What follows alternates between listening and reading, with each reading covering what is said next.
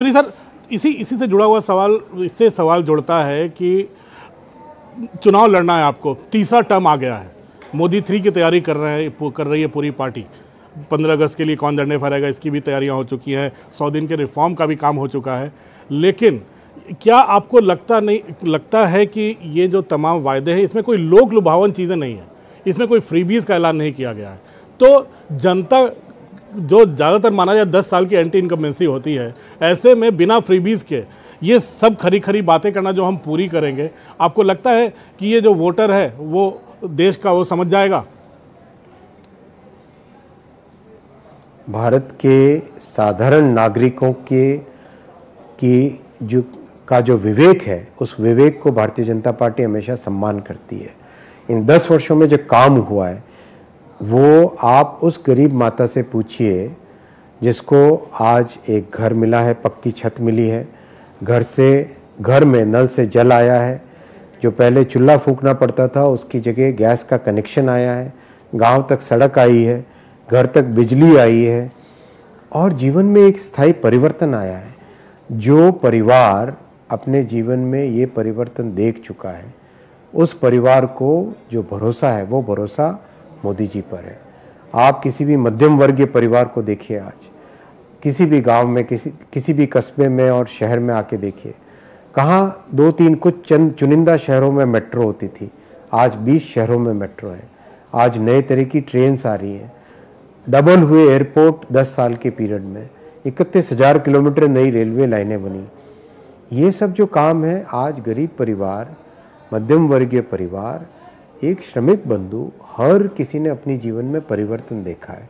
उस परिवर्तन की प्रामाणिकता को लेके आज हम जन जन के पास जा रहे हैं और बड़ी विनम्रता के साथ वोट मांग रहे हैं कि जो काम आपने, जो मैंडेट आपने दी थी उसमें हमने काम करके दिखाया।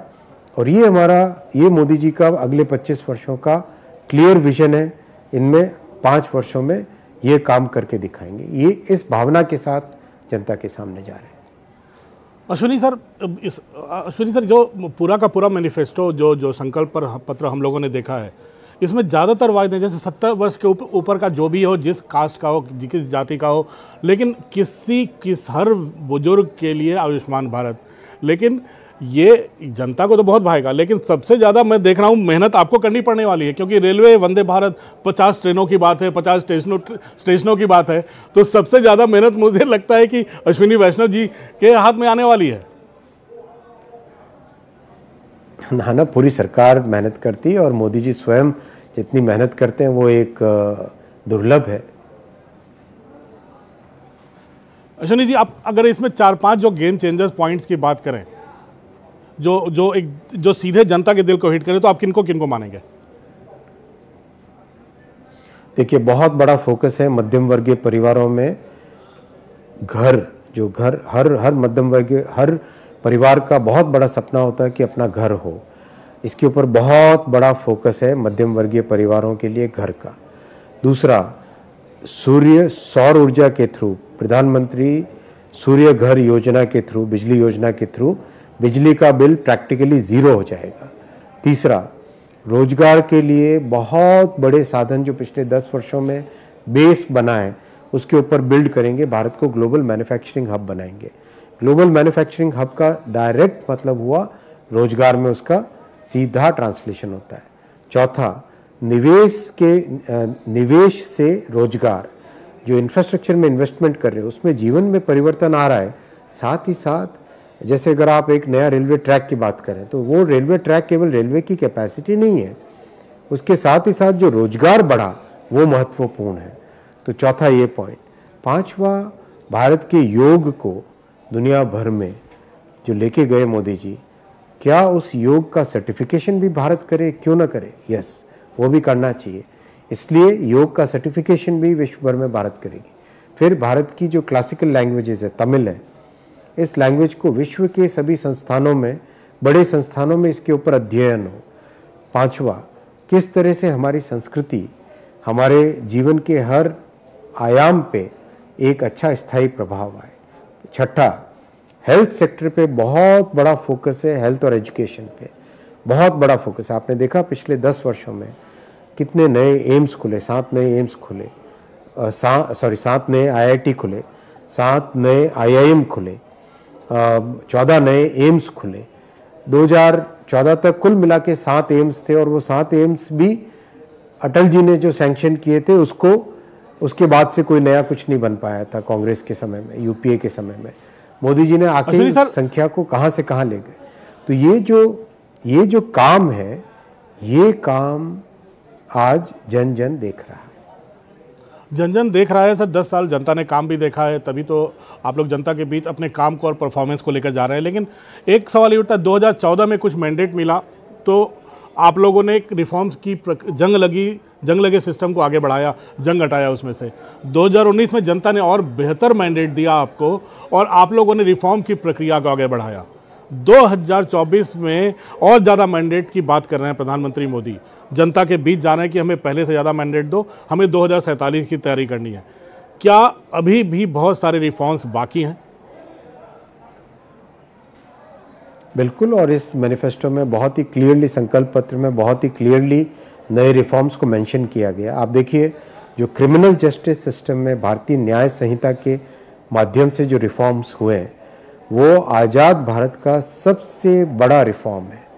इसके परिणाम अगले कई वर्षों तक, कई जनरेशन्स को इसका लाभ मिलेगा। आप देखेंगे अगले 5-6 वर्षों में जब भारतीय न्याय संहिता का इम्प्लीमेंटेशन होगा बड़े लेवल पे, तब क्राइम एक तरीके से बहुत कम हो जाएगा, लोगों को न्याय मिलेगा। तो इसी तरीके से पूरे कॉमर्शियल और इकोनॉमिक और सिविल लिटिगेशन में, सिविल कानूनों में उसको कंप्लीटली ओवरहॉल करने का प्रॉमिस इस संकल्प पत्र में है।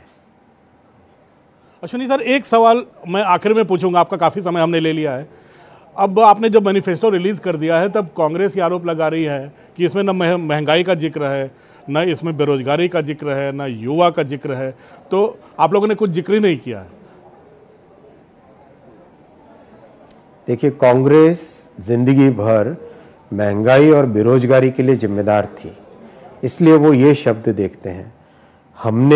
मोदी जी ने गरीब की थाली को सुरक्षित किया, इसलिए मोदी जी ने अपने संकल्प पत्र में गरीब की थाली को आगे भी सुरक्षित रखने का क्लियर रोड मैप दिया है। कांग्रेस बेरोजगारी देखती थी, मोदी जी ने रोजगार दिया है और रोजगार के अवसर दिए हैं।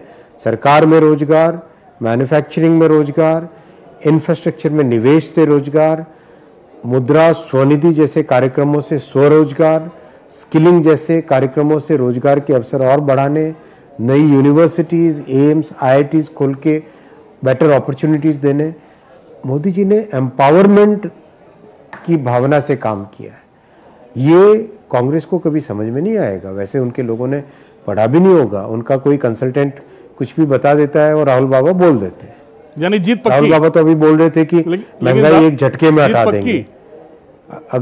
अगर एक झटके में हटा देते अमिताभ जी, अगर राहुल बाबा एक झटके में महंगाई हटाने की बात करते हैं, तो क्या उनके 60 साल के समय में, 60 साल के राज में उनको केवल नारे ही और जुमले ही देने पड़े? गरीबी हटाओ के जुमले देते रहे वो तो एक शब्द वाला जवाब, जीत पक्की माने? जनता का विश्वास है मोदी जी के काम पे। न्यूज़ 18 से बात करने के लिए बहुत बहुत धन्यवाद अश्विनी जी। नमस्कार।